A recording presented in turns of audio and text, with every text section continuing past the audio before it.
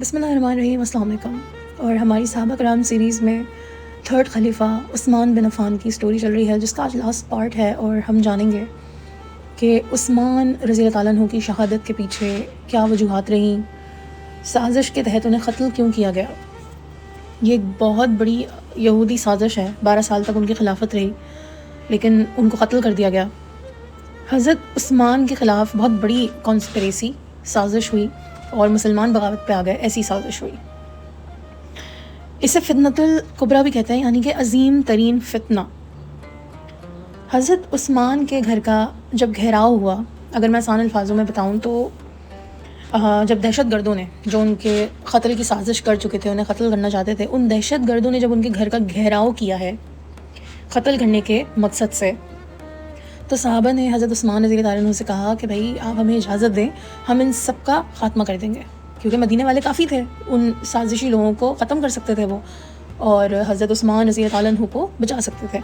تو ان لوگوں نے کہا کہ آپ اجازت دیں، کیونکہ حضرت عثمان خلیفہ تھے، آپ اجازت دیجئے تو ہم ان سازشی لوگوں کو، جو آپ کو قتل کرنا چاہتے ہیں، جنہوں نے آپ کا پانی بند کر رکھا ہے، ہم ان کو ختم کر دیں گے۔ اب اگر حضرت عثمان مدینہ کے لوگوں کو اجازت دے دیتے کہ وہ سازش کرنے والوں کو ختم کر دیں، تو آسان تھا، بہت آسان تھا مدینہ والوں کے لیے ان سازشی لوگوں کو، باغیوں کو ختم کرنا، لیکن حضرت عثمان نے ایسا نہیں کیا۔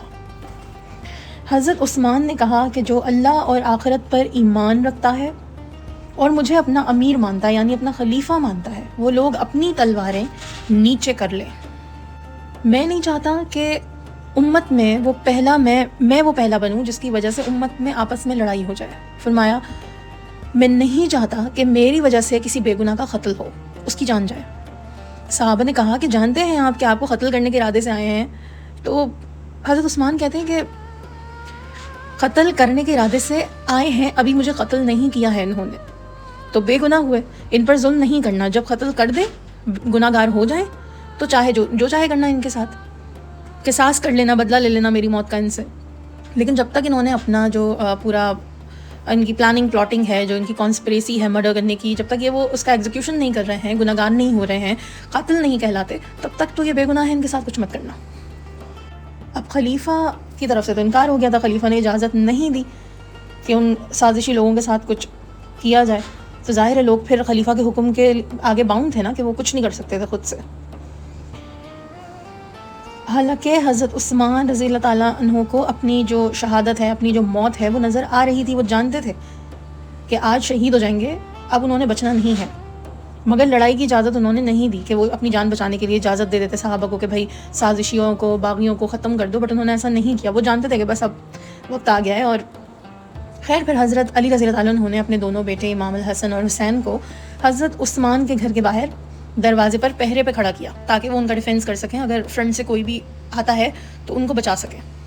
مگر جو سازشی تھے، جو باغی لوگ تھے، وہ انتہائی بدبخت لوگ تھے، وہ فرنٹ سے آئے ہی نہیں۔ گھیراؤ تو انہوں نے کیا ہوا تھا، لیکن وہ پیچھے کی دیوار کو توڑ کر یا پھیلانگ کر وہ عثمان رضی اللہ تعالیٰ عنہ کے گھر میں گھسے، تو وہاں سے وہ حملہ آور ہوئے پیچھے سے۔ اچھا، اس سے پہلے کہ ہم ان کی شہادت پہ جائیں، کچھ چیزیں ہوئیں ان کی شہادت سے پہلے ہی اس دن میں، جو میں یہاں پہ بتاتی ہوں۔ جو شہادت کے دن سے پہلے جو رات گزری، عثمان رضی اللہ تعالیٰ عنہ نے خواب دیکھا، اور ایک بات یہ جو دل کو جھنجھوڑ کے رکھ دیتی ہے، رونگٹے کھڑے کر دیتی ہے، کہ حضرت عثمان بن عفان وہ خلیفہ ہیں جنہوں نے مہنگا ترین کنواں خریدا ان مسلمانوں کے لیے جن کو پانی نصیب نہیں ہو رہا تھا، انہیں ڈونیٹ کر دیا، انہیں گفٹ کر دیا، ایک مہنگا کنواں خرید کے مسلمانوں کے نام رکھ دیا۔ تو ایک ایسا شخص جس نے ان کے لیے پانی کا انتظام کیا، اس ہی پر کتنے دنوں تک پانی بند کر دیا گیا کہ ان کی بری حالت ہو گئی پیاس سے۔ تو یہ رونگٹے کھڑے کر دینے والی بات ہے کہ ایسے شخص پر ظلم ڈھائے گئے جس نے رحم دلی کا مظاہرہ کیا، جس نے پیسے کا منہ نہیں دیکھا۔ تو عثمان غنی پر سازشی ظالموں نے 3 دن کہیں کہتے ہیں، کہیں 40 دن کہتے ہیں کہ ان پر پانی بند رکھا، پیاس سے بحال ہو گئے ہوں گے وہ۔ خیر حضرت عثمان نے خواب دیکھا کہ حضرت ابو بکر اور اللہ کے محبوب حضرت محمد صلی اللہ علیہ وسلم ان کے کمرے کی کھڑکی پہ موجود ہیں، کہہ رہے ہیں کہ عثمان تیرا پانی بند ہے، پانی بند کر دیا ہے۔ عثمان غنی انہوں نے نبی پاک صلی اللہ علیہ وسلم کو جواب دیا، جی میرا پانی بند کر دیا ہے۔ محمد صلی اللہ علیہ وسلم نے عثمان غنی سے خواب میں کہا کہ اپنے دونوں ہاتھ آگے کرو، تو آپ رضی اللہ تعالیٰ عنہ نے دونوں اپنے ہاتھ آگے کیے تو آپ صلی اللہ علیہ وسلم نے ڈول سے حضرت عثمان کے ہاتھ میں پانی ڈالا. حضرت عثمان غنی نے پانی پینا شروع کیا. پانی پیتے پیتے کہتے ہیں کہ میری پسلیاں نکل آئیں. پھر نبی پاک محمد صلی اللہ علیہ وسلم نے کہا, عثمان کیا چاہتے ہو, تمہاری مدد بھیجو یا آج روزہ میرے پاس افطار کرنا چاہتے ہو؟ یہاں وہ یہ پوچھ رہے تھے محمد صلی اللہ علیہ وسلم عثمان غنی سے کہ بھائی سازشی جو تمہیں گھیرے ہوئے ہیں, تمہارا قتل کرنا چاہتے ہیں, تو کیا چاہتے ہو, تمہارے لیے مدد آ جائے کہ تم ان سے بچا لیا جائے, یا پھر تم شہادت پا کر ہمارے ساتھ ہی افطار کرنا چاہتے ہو؟ تو ان کو ہیلپ چاہیے اپنے ڈیفینس کے لیے یا نہیں چاہیے, یا شہادت چاہتے ہیں, کیا چاہتے ہیں؟ تو یہ محمد صلی اللہ علیہ وسلم نے ان سے سوال کیا, جس پہ عثمان غنی رضی اللہ عنہ نے کہا کہ جی نہیں, مجھے مدد نہیں چاہیے, میں روزہ آپ کے پاس آ کر ہی آج افطار کرنا چاہتا ہوں. آپ صلی اللہ علیہ وسلم نے کہا چلو ٹھیک ہے. تو عثمان غنی نے سحری میں پھر روزہ رکھا. اچھا, ایک صحابی عثمان غنی سے ملنے آئے, تو عثمان غنی نے صحابی کا ہاتھ پکڑ کے اپنے سینے پر رکھ کر پوچھا کہ دیکھو ٹھنڈک محسوس ہو رہی ہے؟ صحابی نے کہا جی ٹھنڈا ہے, محسوس ہو رہا ہے. تو حضرت عثمان غنی نے بتایا کہ یہ میرے نبی محمد صلی اللہ علیہ وسلم نے مجھے پانی پلایا جس کی ٹھنڈک ابھی تک میرے سینے میں ہے. اس دن پھر حضرت عثمان نے, جیسے عام روٹین میں وہ لوگ تہمت باندھتے تھے, چادر باندھتے تھے, تو انہوں نے تہمت نہیں باندھی, انہوں نے شلوار پہنی. عثمان غنی جو ہیں وہ حیادار, بے حد حیادار جو ہے وہ مشہور ہیں, بہت شرم اور حیا کرتے تھے. تو انہوں نے پھر چادر نہیں باندھی کیونکہ وہ جانتے تھے کہ آج تو میری شہادت ہے, آج میں نے شہید ہونا ہے, تو آج میری شہادت کا دن ہے. شلوار پہنی. تو خیر انہوں نے روزہ رکھا اور قرآن پاک کھول کے پڑھنے کے لیے بیٹھ گئے. حضرت ابو بکر صدیق کے بیٹے محمد بن ابو بکر, اسا بنت امیس کے بیٹے, سب سے پہلے آ کر حضرت عثمان رضی اللہ عنہ کی داڑھی پکڑی ان لوگوں نے نا. دیوار پھیلان کے جب اندر آئے تو یہ دو تھے, داڑھی عثمان رضی اللہ عنہ کی انہوں نے پکڑی. حضرت عثمان نے فرمایا بیٹا تیرا باپ تو اس داڑھی کی بہت قدر کیا کرتا تھا. تو عزبہ بن امیس اسی بات پر شرمندہ ہو کر باہر نکل گیا, شرمندگی میں, کہ اس کو یہ بات اتنا شرمسار ہوا کہ وہ باہر چلا گیا, اور اتنا شرمندہ ہوا کہ دوبارہ وہ آگے آنے کی ہمت ہی نہیں جٹا سکا. وہ آیا ہی نہیں دوبارہ نا, اس نے کوئی رول ہی پلے نہیں کیا اس سازش میں کہ حضرت عثمان رضی اللہ عنہ کو حملہ آور ہونا ہے یا ان کو شہید کرنا ہے. تو وہ اتنا شرمندگی میں اس بات سے گیا ہے کہ تیرا باپ تو اس داڑھی کی بڑی عزت کرتا تھا, وہ اتنا شرمندہ ہوا ہے کہ وہ دوبارہ نہیں آیا آگے نا. تو ایگزیکیوشن میں اس کا کوئی رول پلے نہیں ہوا پھر باہر جانے کے بعد. پھر مالک اشتر مصری یہ اندر داخل ہوئے اور انہوں نے بہت بے دردی سے حضرت عثمان غنی رضی اللہ عنہ کے سینے پر چڑھ کر نیزے مارے. جب پہلا وار کیا ان پر تو قرآن پاک کھلا ہوا تھا, قرآن کی تلاوت کر رہے تھے وہ, تو کھلا ہوا تھا. ان کے سینے پہ وار کیا ہے تو اس وار سے جو خون کی چھینٹیں اچھلیں تو وہ بوندیں قرآن پاک کی ایک آیت پر جا کر گریں, فَسَيَكْفِيكَهُمُ اللَّهُ وَالسَّمِيعُ الْعَلِيمُ, ان قریب آپ کا رب آپ کو کافی ہو جائے گا. یہ اس آیت کا ترجمہ ہے جس پہ ان کا خون جا کے گرا.